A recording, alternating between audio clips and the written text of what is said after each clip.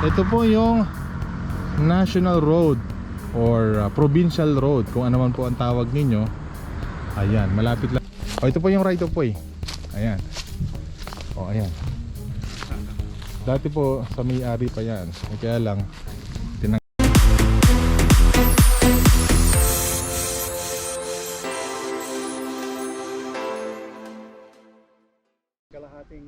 Yo, magandang araw po sa inyo lahat mga ka-chili. So may binebenta po tayong farm.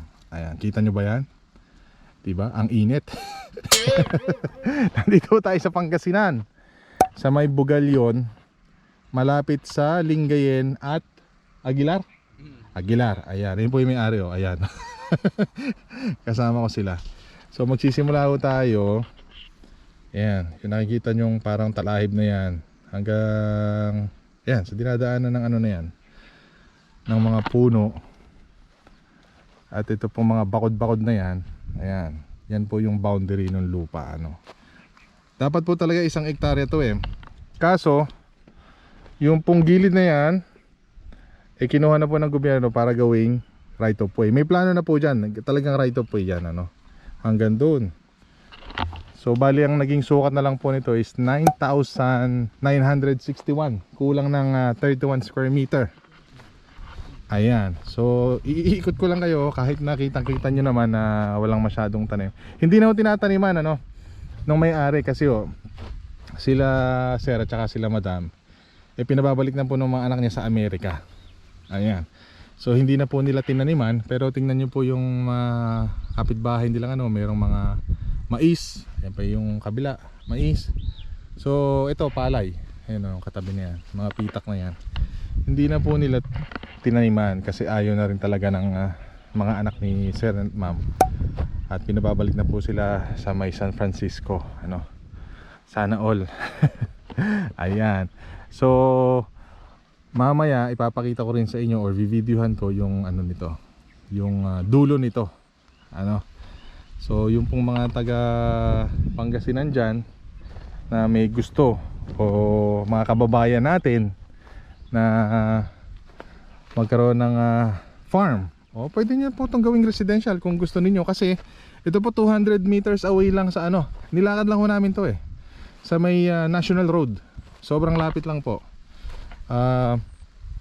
Kahit po tanghaling tapat ganito, may payong kayo, hindi po kayo mahihirapang puntahan ito kasi napakalapit lang talaga. Wala pong halong biro yan. Ayan po yung ano, ayan po yung designated right of way. Ayan. So sa titulo po malinis na po ito, tinanggal na nga po yung ano, no, yung nakuhang right of way. So 9,961 na nga lang po yung sukat. So ayan, mahangin dito Ayan, nag-commute lang ho ako dito papunta. At napakadali lang kung nasa Maynila kayo. Sakay lang po kayo ng mga Solid North, Victory, 5 Star. Ano pa ba yung isa? Nakalimutan ko yung isa. 4 yung dumadaan dito sa Dagupan, ayun, Dagupan ba? Sasakay lang po kayo ng Lingayen. Ayan.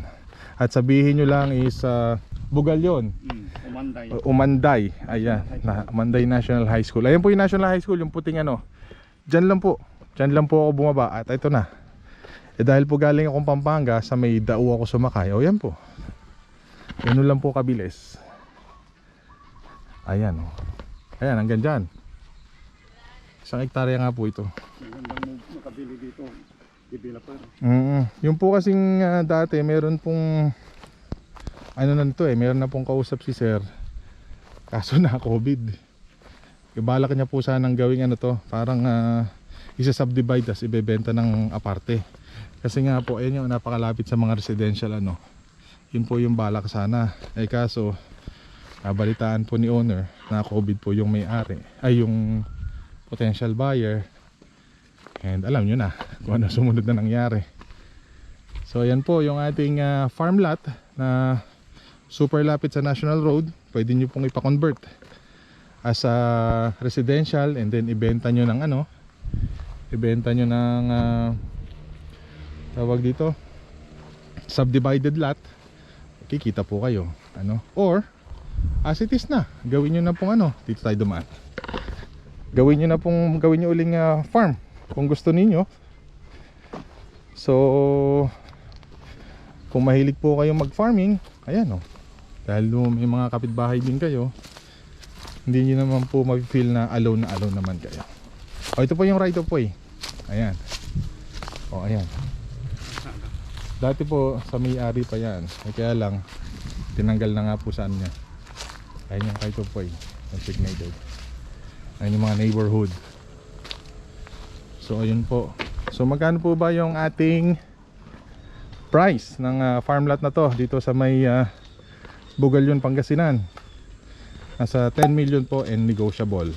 Ngayon po, yung pong number na ipa-flash ko, yun po yung number ng owner. Okay? So siya po yung makakausap ninyo. Kahit po nasa Amerika na siya, makakausap nyo po siya via Viber. Pasensya na po kayo kung pausan tayo. Ayan. Makakausap nyo po siya via Viber. And then in case po na magkaroon kayo ng deal, uuwi po siya. Uuwi po silang mag-asawa anytime, as long as sure buyer po. Ayan. Again, yung pong number na ipa-flash ko ay yung number nung may-ari. Ayan. So 10M po yan, negotiable, at directly nyong makakausap yung may-ari. Ayan. Dito lang po yan sa may Bugalyon, Pangasinan, malapit sa Lingayen. 1 bus away from Manila. Ayan, basta Lingayen lang po yung sasakyan ninyo. Alaminos, Bolinao. Ayan, mga sasakyan nyo. Pero pinaka the best Lingayen, para dyan po kayo bababa sa amin, ano. Ito po yung right of way na nasementado na. And then susunod na po yan. Ayan. Maraming salamat po. And hintayin po ni Bossing yung mga inquiries ninyo sa kanya.